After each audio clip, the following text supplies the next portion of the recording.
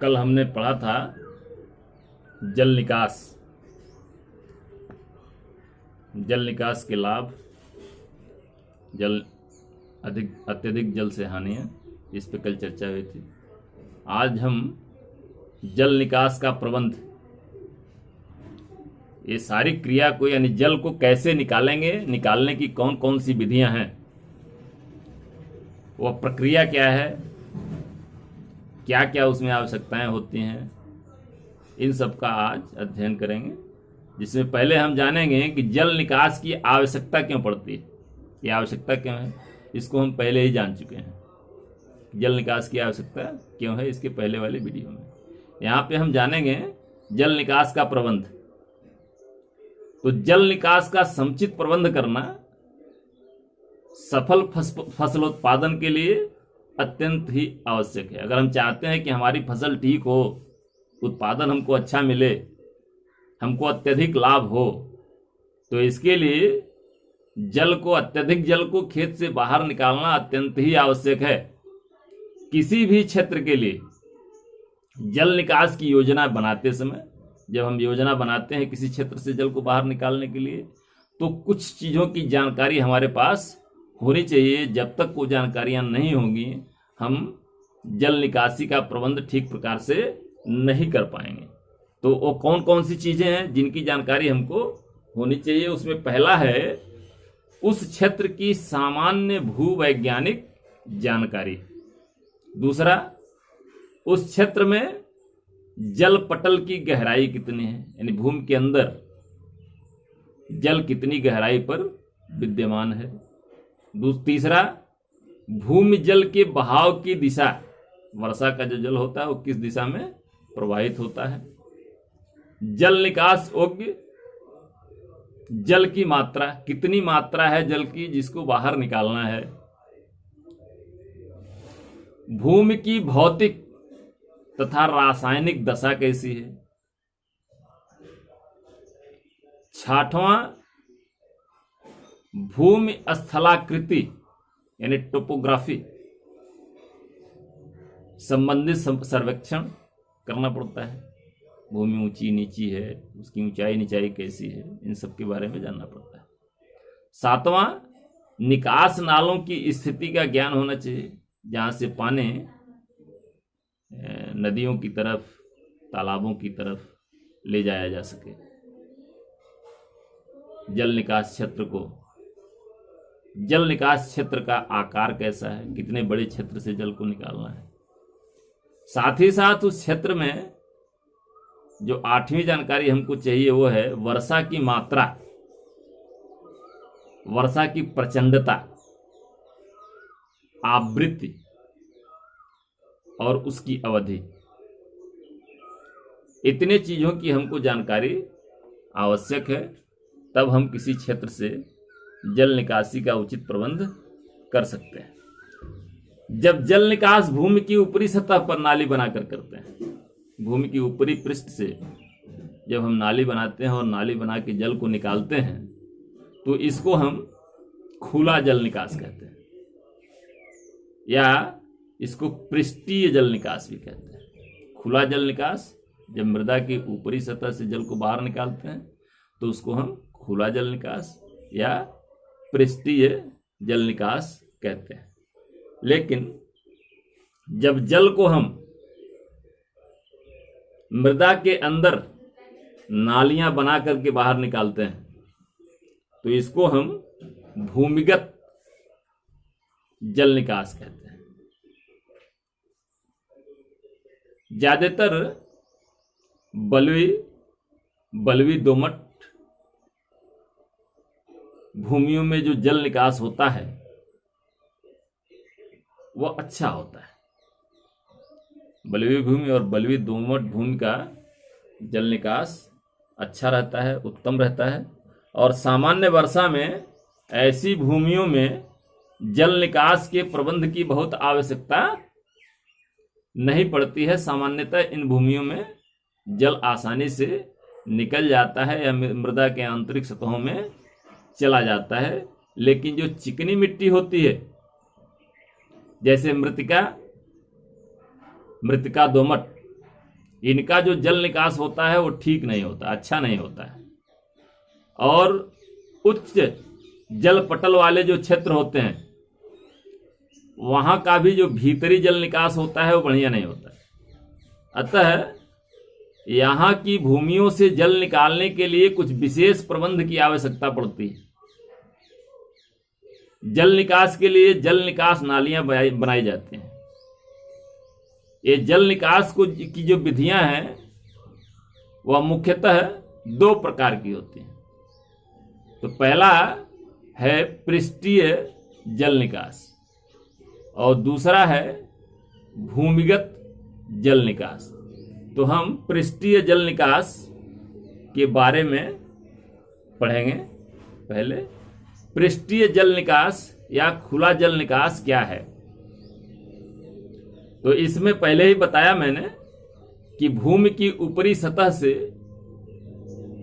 खुली नालियों द्वारा इसमें जल निकास किया जाता है। मुख्य नाली जो होती है वो सदैव निचले धरातल की ओर होती है। चिकनी भूमि पर जो मुख्य नाली होती है, नालियों का जो अंतर होता है और सहायक नालियों की लंबाई जो होती है वह मृदा की किस्म के आधार पर होती है। चिकनी मृदा में मुख्य नालियों का अंतर और सहायक नालियों की जो लंबाई होती है वो अधिक रखते हैं, लेकिन रेतीली भूमि पर नालियों की लंबाई कम रखते हैं। नालियां या तो संकरी होती और चौकोर बनाई जाती है या फिर इसको हम वी आकार की बनाते हैं। अंग्रेजी का जो वी शब्द है यानी नीचे गहरी और दोनों तरफ चौड़ी, ऐसे वी आकार की नाली बनाते हैं। जल निकास नाली काफी चौड़ी होनी चाहिए। ये नालियां नीचे की ओर सकरी अर्थात जो इसके आधार की चौड़ाई है वो कम होनी चाहिए और ऊपर की ओर चौड़ाई अधिक होनी चाहिए। ये जो निकास नालियां होती हैं उसमें खेतों की धरातल पर जो इनकी एक कम से कम खेत की धरातल से कम 30 सेंटीमीटर नीचे की ओर और उनकी जो मेड़ होती है वो खेत की सतह से कम 75 सेंटीमीटर ऊंची रखते हैं। निकास नालियों को हमेशा इस प्रकार से व्यवस्थित करते हैं कि दो खेतों के बीच एक नाली हो जिससे प्रत्येक खेत का पानी इसके द्वारा बाहर निकाला जा सके। हल्की भूमि में छोटी, कम गहरी और दूर दूर नालियों की आवश्यकता पड़ती है। अधिक वर्षा वाले क्षेत्रों में बड़ी और पास पास स्थित नालियों की आवश्यकता पड़ती है। जल निकास नालियों का संबंध प्राकृतिक जल निर्गम मार्ग जैसे नाला इत्यादि से होना चाहिए, उसको उससे करते हैं। पृष्ठीय जल निकास के लिए कई विधियां अपनाई जाती हैं। जैसे इसमें क्या करते हैं, सबसे पहले भूमि का रेखण करते हैं, यानी अच्छे सतही जल निकास के लिए भूमि का रेखांकन आवश्यक होता है। यांत्रिक विधियों से भूमि का परिवर्तन करना ही रेखण कहलाता है। भूमि का रेखण कई विधियों द्वारा करते हैं। इसमें भूमि का समरेखण, इस विधि में छोटे छोटे गड्ढों को समाप्त कर देते हैं और भूमि की सतह की जो अनियमितता होती है उसको खत्म कर देते हैं और भूमि को पूरी तरह समतल बना लेते हैं। इससे जल निकास ठीक होता है।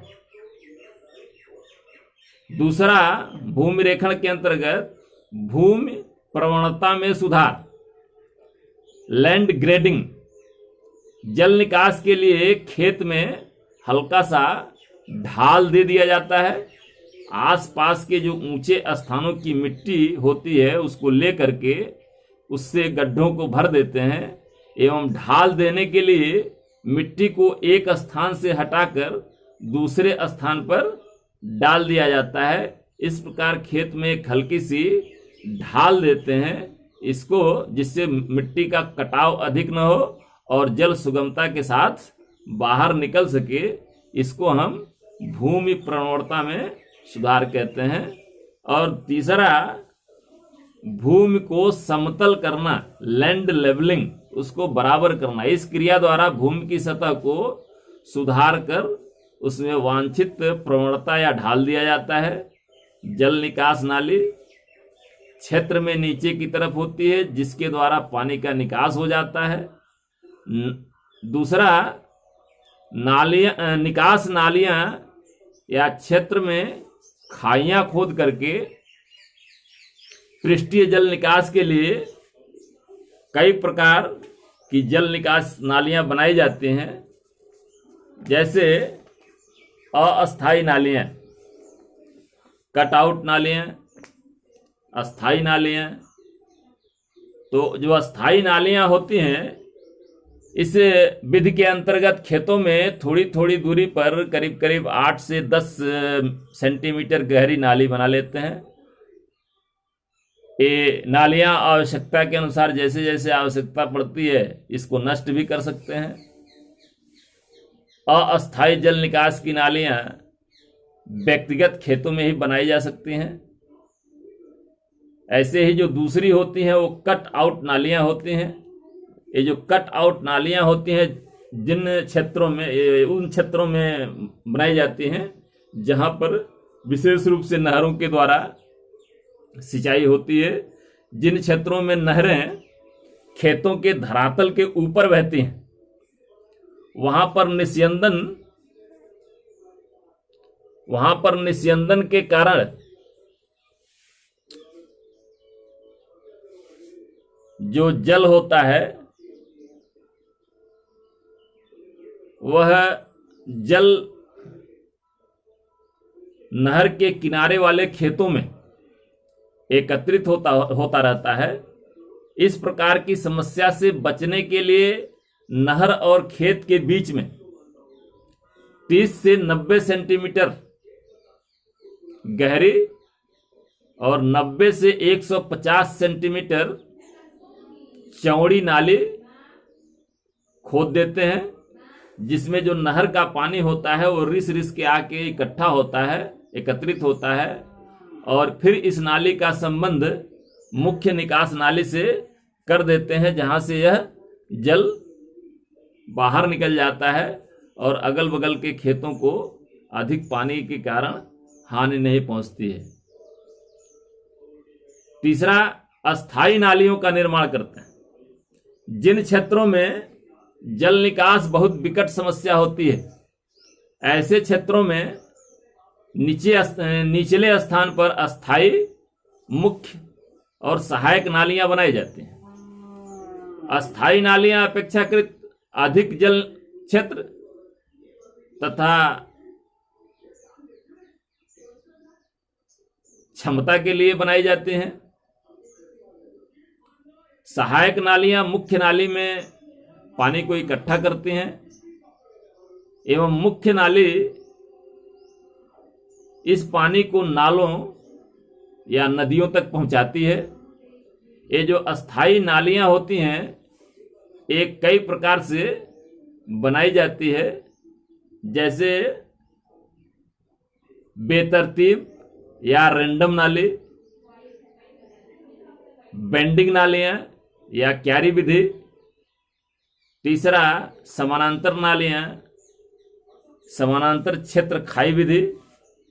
इसमें जो बेतरतीब या रैंडम नालियां होती हैं, इस प्रकार की नालियां या खाइयां भूमि पृष्ठ पर बिखरी बेतरतीब गर्तों, गड्ढों आदि से जल को बाहर निकालने के लिए सबसे अधिक उपयुक्त रहते हैं। इन नालियों का कोई निश्चित व्यवस्था क्रम नहीं होता है।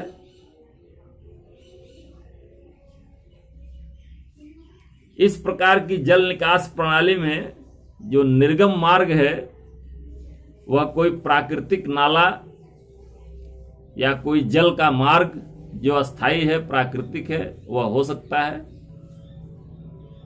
ऐसे ही बेंडिंग नालियां या क्यारी विधि में भूमि पृष्ठ पर कम चौड़ाई वाली नालियां बनाते हैं, क्यारियों का निर्माण करते हैं और दो मृत कुओं के बीच के क्षेत्र को क्यारी कहते हैं।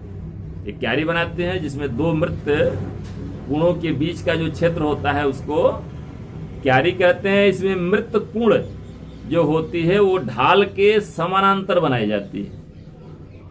क्यारी विधि 1.5% से कम ढाल प्रवणता वाली भूमि के लिए अच्छी होती है। क्यारी की जो लंबाई होती है वो 90 मीटर से 300 मीटर तक की हो सकती है। चौड़ाई मंद जल निकास वाली जो भूमि होती है उसमें 13 से 15 मीटर तक और उत्तम जल निकास वाली भूमि जैसे बलुई और बलुई दोमट भूमि में 17 मीटर से 28 मीटर तक होती है। पानी की निकासी का जो मार्ग होता है वो जो क्यारियों के दोनों तरफ मृत कुण होते हैं उनके माध्यम से पानी बाहर निकल करके मुख्य नाली तक आता है और मुख्य नाली से अस्थाई संग्रहण खाई में वो पहुंच जाता है। फिर वो नदी नालों तक पहुंचा दिया जाता है, नालों के द्वारा नदियों तक पहुंचा दिया जाता है। तीसरा है समानांतर नालियां या समानांतर क्षेत्र खाई विधि। यह विधि क्यारी विधि के ही समान होती है। केवल अंतर यह है कि इस विधि में नालियां अपेक्षाकृत अधिक क्षमता वाली तथा अधिक दूरी पर स्थित रहती हैं। यह विधि समतल स्थलाकृति वाले तथा खराब जल निकास वाली भूमियों के लिए इस विधि का प्रयोग करते हैं। इसमें दो खाइयों या नालियों का समान रूप से अंतरित होना आवश्यक नहीं होता है। नाली की गहराई भूमि के प्रकार, ढाल की दशा इत्यादि पर निर्भर करती है। जो इसकी कम से कम गहराई होती है वो 20 सेंटीमीटर और उसके जो अनुप्रस्थ काट का क्षेत्रफल होता है वो 0.45 वर्ग मीटर तक रखा जा सकता है। नाली का पार्श्व ढाल 8 संबंधे 1 या इससे भी अधिक सपाट रखना चाहिए, जिससे कृषि यंत्रों के चलने में आने जाने में किसी प्रकार की असुविधा न हो। भूपरिष्करण की जो क्रियाएं हैं वो नाली के समानांतर तथा बुआई, निकाई, गुड़ाई ये सब नालियों के लंबवत करना चाहिए। चौथा है क्रॉस स्लोप नालियां। इसमें जल निकास नालियां ढाल के विपरीत दिशा में बनाई जाती हैं। ढालू भूमियों में पानी की निकासी इन्हीं नालियों के माध्यम से करते हैं। ये हम ऊपर देख रहे थे।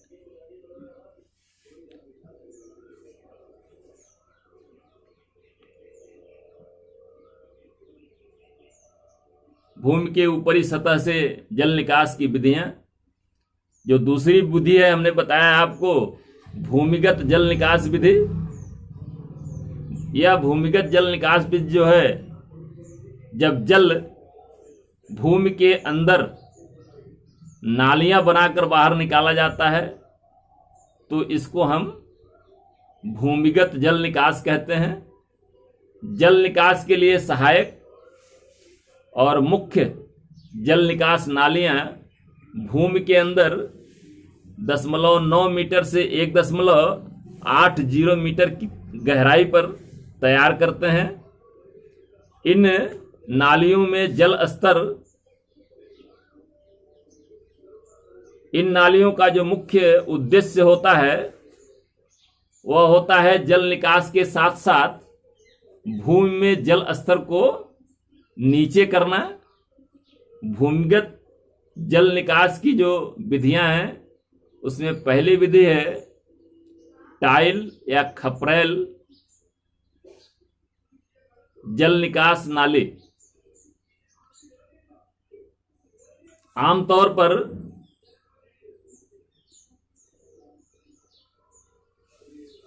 टाइल जल निकास नालियों का प्रयोग किया जाता है। इस जल निकास नालियों के निर्माण में पकी हुई मृतिका या कंक्रीट की 30 सेंटीमीटर लंबी, 10 सेंटीमीटर से 15 सेंटीमीटर व्यास वाले अर्धवृत्ताकार यानी वेलदार खोखली खपरेलों के द्वारा किया जाता है। इन खपरेलों को अवमृदा में यानी भूमि के नीचे 75 से 125 सेंटीमीटर की गहराई पर खोदी गई खाइयों में रेत के ऊपर बिछाकर उसको मिट्टी से ढक दिया जाता है। पानी 2 टाइलों के बीच की दरारों से इस नाली में प्रवेश करता है।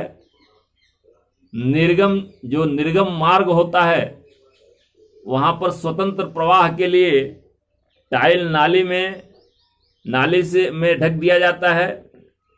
इन नालियों का ढाल प्रत्येक 30 मीटर की लंबाई में 5 सेंटीमीटर रखा जाता है। टाइल का मुख्य कार्य जल निकास नाली को स्थिरता प्रदान करना होता है ताकि वो मिट्टी से भर न जाए। चिकनी भूमि में 2 निकास नालियों के बीच की दूरी 25 मीटर और हल्की भूमियों में 2 निकास नालियों के बीच की दूरी 50 मीटर रखा जाता है। खपरेल नालियों की गहराई और उसके अंतरण में एक संबंध पाया जाता है। एक समान पारगम्यता वाली भूमि में नाली की गहराई जितनी भी अधिक होगी, नालियों का अंतरण भी उसी प्रकार अधिक रखा जाएगा। खपरेल जल निकास नाली का विन्यास प्राकृतिक हो सकता है, आड़ा तिरछा विन्यास कर सकते हैं अथवा पंजा विन्यास के रूप में भी इसको रख सकते हैं। दूसरा है मोल निकास नालियां। ये जो मोल निकास नालियां होती हैं ये बेलनाकार होती हैं, जो एक विशेष प्रकार के मोल हल द्वारा बनाई जाती है। मोल नाली 8 से 10 सेंटीमीटर व्यास वाली 45 से 75 सेंटीमीटर की गहराई पर पृष्ठ मृदा को बिना ढके ही बना दी जाती हैं। यह विधि यूरोप के देशों में प्रचलित है तथा भारी मिट्टियों में इसको अपनाया जाता है। इसके अलावा पत्थर या ईंटों की नालियां बनाते हैं। इस विधि में धातु या सीमेंट कंक्रीट से बनी हुई पाइपों का प्रयोग करते हैं। इनका व्यास जो होता है इन पाइपों का 10 से 15 सेंटीमीटर होता है और मृदा में खोदी गई खाई में इसको बिछाते हैं और इनके माध्यम से जल निकास किया जाता है। जल निकास नालियों की अनेक प्रणालियां हैं। System of drainage channels. जल निकास की नालियां खेत के अंदर कई प्रणालियों से धरातल पर लगाते हैं। इसको ध्यान में रख करके इन प्रणालियों का निर्माण किया गया है। पहली है प्राकृतिक प्रणाली। इस प्रकार की नालियां ढाल की दिशा के अनुसार अपनी दिशा बदलती हुई खेत का पानी नदी नालों तक पहुंचाती हैं। यह विधि उन स्थानों पर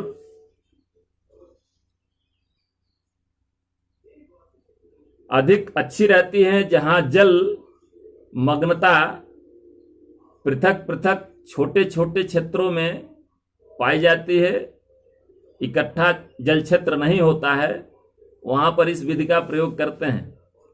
दूसरी विधि है हैरिंग बोन प्रणाली।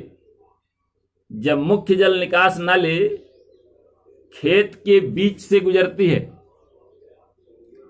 और सहायक जल निकास की जो नालियां होती हैं वो इसमें आकर दोनों तरफ से मिलती हैं। नाली बीच से गुजरती है, जो मुख्य नाली है वो बीच से गुजरती है, और सहायक नालियां जो होती हैं वो दोनों तरफ से आके इस मुख्य नाली में मिलती हैं। तो यह प्रणाली जो होती है उसको हैरिंग बोन प्रणाली कहते हैं। ऐसे ही गिरिडीरोन या पंजर प्रणाली होती है। इस प्रणाली के अंदर मुख्य जो जल निकास नाली होती है वो खेत के निचले धरातल वाले सिरे पर बनाई जाती है, और जो सहायक जल निकास की नालियां होती हैं वो ऊपर से आकर के इसमें मिलती हैं। जल निकास की ये प्रणालियां पृष्ठीय और भूमिगत दोनों ही जल निकास की विधियों में अपनाई जाती हैं। यानी जो नालियों का निर्माण होता है वह इन्हीं 3 विधियों के माध्यम से होता है। जो प्राकृतिक विधि हैरिंग बोन प्रणाली और गिरिडोरोन या पंजल प्रणाली के द्वारा ही, चाहे वो भूमि के धरातल से जल निकास करना हो या भूमि के अधो सतह से जल निकास करना हो, इन्हीं 3 विधियों के द्वारा नालियों का निर्माण किया जाता है। सिंचाई और जल निकास में परस्पर क्या संबंध है? तो जो सिंचाई होता है वो हम जानते हैं, सिंचाई और जल निकास में आपस में बहुत ही गहरा संबंध होता है। भूमि पर पाए जाने वाले वनस्पति का जीवन जिस प्रकार पानी के ऊपर निर्भर करता है, पानी की कमी से जिस प्रकार भूमि की वनस्पति समाप्त हो जाती है, नष्ट हो जाती है, उसी प्रकार अगर भूमि में फालतू पानी यानी आवश्यकता से अधिक पानी हो जाए तो यह भी उनके जीवन को नष्ट कर देती है, पौधे की वृद्धि और विकास को समाप्त कर देती है और पौधा मृत हो जाता है। अतः जहाँ सिंचाई होती है वहाँ पानी निकास का प्रबंध भी उसी प्रकार आवश्यक है जिस प्रकार सिंचाई का प्रबंध करना आवश्यक है। जिन क्षेत्रों में वर्षा अधिक होती है वहाँ जल निकास की बहुत बड़ी समस्या, वहाँ जल निकास जो है एक बहुत बड़ी समस्या है। यदि सिंचाई की सुविधा के साथ साथ जल निकास की सुविधा अगर हम नहीं दे पाएंगे तो हमें भूमि से पर्याप्त प्रतिफल अर्थात पर्याप्त उत्पादन हमको नहीं प्राप्त होगा। फसल की वृद्धि समुचित नहीं हो पाती है, ठीक प्रकार से नहीं हो पाती है, और साथ ही साथ न फसल समय से बोई जा सकती है न उसकी समय से कटाई हो पाती है। कभी कभी तो फसल सिंचाई के पानी का प्रयोग करने के बाद अच्छी वृद्धि होने के बावजूद पानी की अधिकता के कारण फसल नष्ट हो जाती है, क्योंकि जल निकास की सुविधा नहीं रहती है। पानी जो अतिरिक्त पानी है उसको हम बाहर नहीं निकाल पाते हैं। खेत में कई दिन तक पानी भरा रहता है। कभी कभी ऐसा भी होता है कि खेत में सिंचाई करने के तुरंत बाद या कुछ समय बाद वर्षा हो जाती है, और ऐसी हालत में खेत में पानी को निकालना, खेत से पानी को निकालना अत्यंत ही आवश्यक हो जाता है। रजवाहे यानी कि नहर या रजवाहे की पटरी कट जाने पर भी कभी कभी फसल जलमग्न हो जाती है। ऐसी दशा में वहाँ से अतिरिक्त जल को बाहर निकालना अत्यंत ही आवश्यक होता है। सिंचित क्षेत्रों में अधिक सिंचाई के कारण मृदा का आंतरिक जल स्तर जो होता है वो बहुत अधिक उठ जाता है, जिससे वहाँ पर पौधों की जड़ों का विकास ठीक प्रकार से नहीं हो पाता है। जड़ें गहराई तक मृदा में नहीं जा पाती हैं।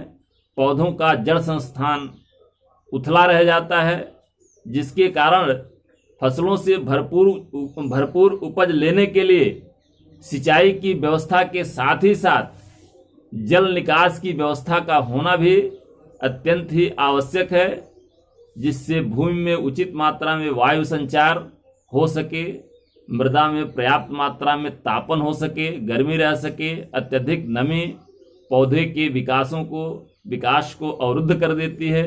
इसलिए सिंचाई और जल निकास में आपस में बहुत ही घनिष्ठ संबंध है। फसलों की अधिक उपज प्राप्त करने के लिए यह दोनों ही, यानी सिंचाई की व्यवस्था और अतिरिक्त जल को बाहर निकालने की व्यवस्था अत्यंत ही आवश्यक है। ये जल निकास समाप्त होता है। आगे हम ऊसर भूमियाँ और उसके सुधार के संबंध में पढ़ेंगे।